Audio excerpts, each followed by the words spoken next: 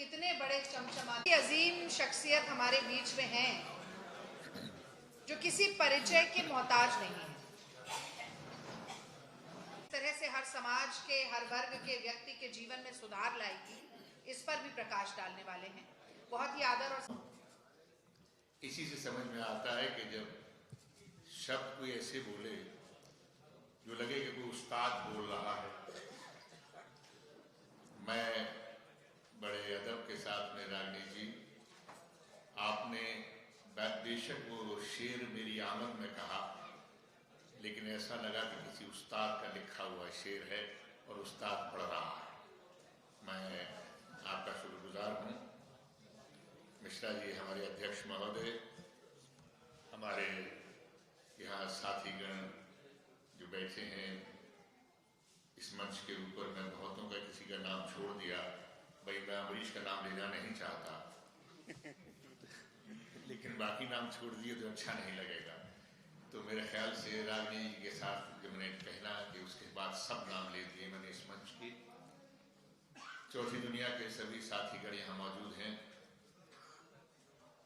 मुझे बहुत अच्छा लग रहा है कि आज मध्य प्रदेश के अंदर बात शुरू करने से पहले कुछ ऐसे लोग भी हैं, कुछ उस उम्र के भी लोग हैं जिन्होंने आज के दिन बचपन में अच्छे अच्छे कपड़े पहनकर बाल दिवस मनाया होगा। हाँ, 14 नवंबर हमारे लिए चाचा नेहरू का जन्मदिन बाल दिवस होता था और इस बाल दिवस पर हमें बहुत अच्छा खाने को भी मिलता था। स्कूल में जाते थे, मिठाइयाँ मिलती थी, बच्चे खेलते थे, खिलखिलाते थे और छोटे छोटे स्कूल हुआ करते थे। दुर्भाग्य है आज इस प्रदेश में मैं जहां आया हूं 66-70 लाख बच्चे यहां पर इस पूरे प्रदेश में हैं, इसमें से 51% बच्चे जो हैं कुपोषण की वजह से या तो अपनी जिंदगी खो बैठते हैं या वो बौने रह जाते हैं। और यहां 18 साल से जो व्यक्ति राज कर रहा है वो ये कहता है कि कुपोषण मेरे माथे पर कलंक है। पिछली बार भी आया था, मैंने सुना था,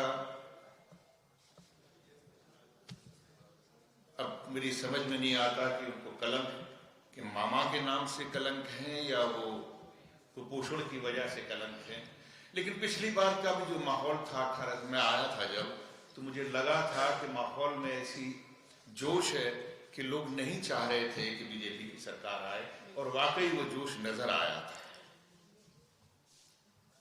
और उसका परिणाम ये हुआ कि उनकी सरकार नहीं बनी, लेकिन छद्म तरीकों से, कृत्रिम तरीकों से किस तरह से सरकार बनाकर दोबारा से जो कुपोषण का कलंक लेके घूम रहे हैं उनको दोबारा से मुख्यमंत्री बना दिया गया। मैं मध्य प्रदेश में और जगह भी होके आया हूं, मैं दावे के साथ में कह सकता हूं कि ये बदलाव की जो ये लहर, जो आंधी चल रही है, बीजेपी की सरकार इस बार नहीं बन रही है। और अब मेरे कहने से क्या, कल तो राहुल जी कह के ही चले गए और राहुल जी जब जब भी उन्होंने कहा है वो सिद्ध हुआ है। उन्होंने कहा कि 150 से कम सीटें नहीं आएंगी। मैं कहता हूं कि एक आध सीट बढ़ ही जाएगी, 150 से कम होने का तो सवाल ही पैदा नहीं होगा। उसका कारण है कि यहां पर कर्नाटका रिपीट हो रहा है। आपने पिछली बार महाराष्ट्र की सरकार तोड़ फोड़ करके तोड़ दी, सरकार छीन ली पैसे के बल पे, धन के बल पे। कर्नाटक की सरकार आपने तोड़ी, धन बल से, चोरी चपाटी से आपने छीन ली, तोड़ दी सरकार। यहां भी तोड़ी और इस बार गुस्से में, जैसे कर्नाटक के अंदर दुगने विधायक जीत कर आए हैं, यहां भी मध्य प्रदेश में कांग्रेस के दुगने तिगने विधायक जीत कर आएंगे।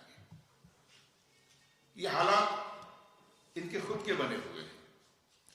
आज अभी आ रहा था तो एक वीडियो आज दिखाया किसी ने मुझे, जो मार्केट बहुत चल रहा है, वायरल हो रहा है। अभी मोदी जी को शायद प्रदेश के किसी नेता पर भरोसा नहीं है। एक भी नेता मध्य प्रदेश का वो इस लायक नहीं समझते हैं कि जो विधायक गण हैं, जो यहाँ क्षेत्रीय नेता हैं, वो मुख्यमंत्री के पद के लायक हैं। शिवराज जी को तो पिछली बार ही हटा दिया था उन्होंने, लेकिन मजबूरी में कहां से लिया, कुछ था नहीं, आखिरी वक्त पे तो उन्हीं को पकड़ के ले आया। इस बार भी वो नहीं। इस बार भी जब वो कोई संकल्प पत्र निकला तो उसमें किसी भी प्रदेश के नेता का नाम नहीं है। गारंटी दे रहे हैं मोदी जी, उस संकल्प पत्र में गारंटी मोदी जी है, उनका नाम है। भाई उनकी गारंटी तो हम बहुत पहले देख चुके हैं।